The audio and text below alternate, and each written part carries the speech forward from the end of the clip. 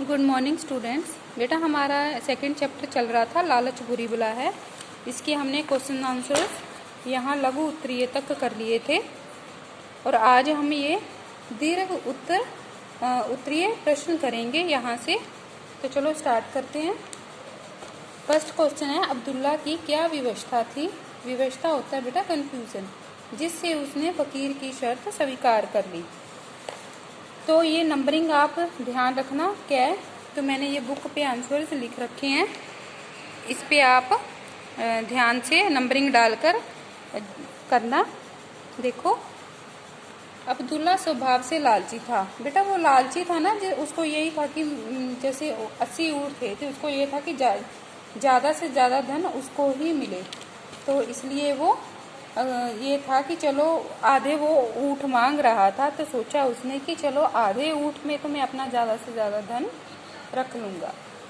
अब्दुल्ला स्वभाव से लालची था, उसके पास 80 ऊँट थे, फिर भी उसे अधिक से अधिक धन चाहिए था। जब फकीर ने उसे स्वर्ण व अशर्फियों से भरे कमरे के बारे में बताया, तब वह लालच में आ गया। उसने सोचा कि 80 नहीं तो कम से कम 40 ऊँटों में ही मैं काफ़ी स्वर्ण भर लूँगा। इसलिए उसने साधु की शर्त मान ली, साधु या फकीर की शर्त मान ली।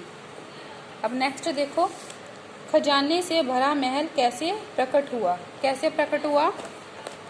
जब उसने वो लकड़ियों को आग लगाई थी और धुएं का एक बादल सा आ गया था, है ना। देखो कैसे प्रकट हुआ। फकीर ने सूखी लकड़ियों में आग लगाई, जिससे धुएं का एक बादल सा बन गया। यह बादल फकीर के द्वारा डाले गए सुगंधित द्रव्य से बना था। जो उसने एक खुशबूदार एक लिक्विड चीज से करा था ना, वो जिससे वो बादल बन गया था। वह बादल एक और चलने लगा तथा कुछ दूरी पर जाकर फट गया और एक बड़ा टीला दिखाई दिया। जब वह दोनों टीले पर पहुंचे, तब वहां एक दरवाजा दिखा। उस दरवाजे से आगे बढ़ने पर एक गुफा में एक भव्य भवन मिला। वो भव्य भवन कौन सा था? जहां खजाना छिपा हुआ था, खजाना पड़ा हुआ था जहाँ पे। नेक्स्ट देखो, खजाने के भवन के से बाहर निकलने के पहले फकीर दूसरे कमरे में क्यों गया? फकीर क्या करने गया था दूसरे कमरे में? जब वो डिबिया लेने गया था। सारे ऊँटों को सोने से भरने के बाद फकीर एक अन्य कमरे में गया। वहाँ भांति भांति की स्वर्ण निर्मित वस्तुएं रखी थी।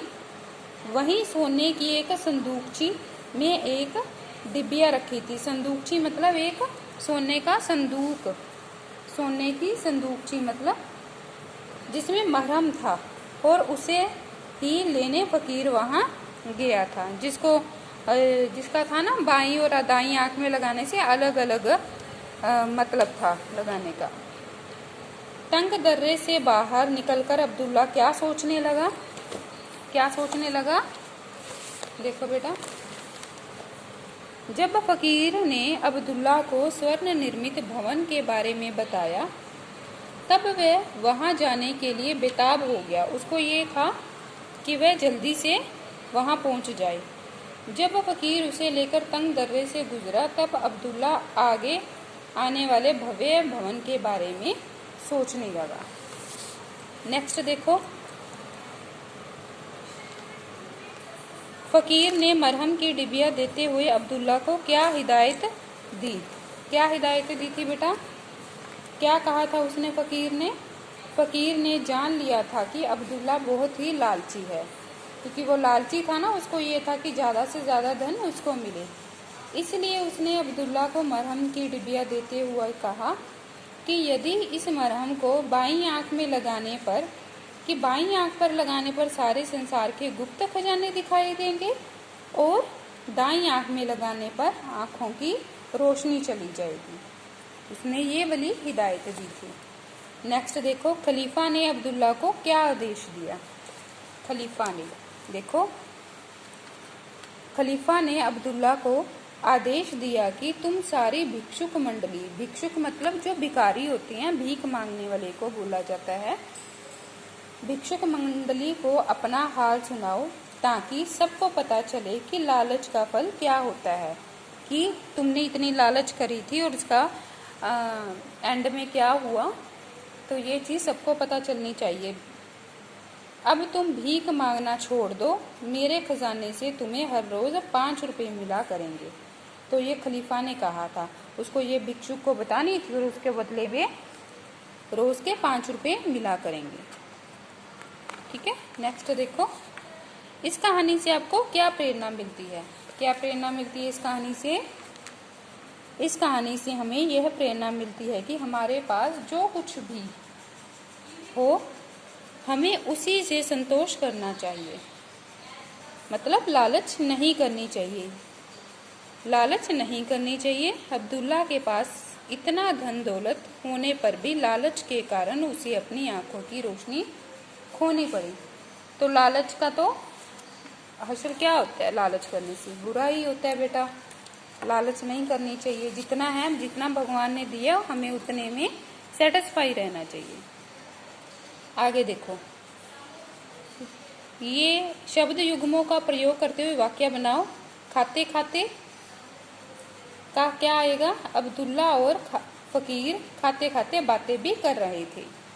ठीक है, ये जो युग्म शब्द है जिसको ऐसे बीच में ऐसे साइन दिया जाता है और 2 बार ऐसे शब्द होते हैं। नेक्स्ट देखो, लेना देना। व्यापारियों का कार्य लेना देना है, कार्य लेना देना है। हिला हुज्जत मतलब बिना बहस किए। फकीर ने अब्दुल्ला को बिना हिला हुज्जत किए धन दे दिया।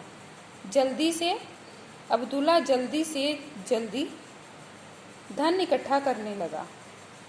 खुशी खुशी फकीर ने खुशी खुशी अब्दुल्ला को ऊँट दे दिए। नेक्स्ट देखो, ये संज्ञा है, ये वर्ड दिए गए हैं, हमें पहचानना कौन सी संज्ञा है।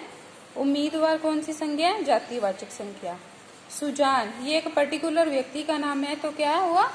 व्यक्तिवाचक संज्ञा। महाशय जातिवाचक संज्ञा।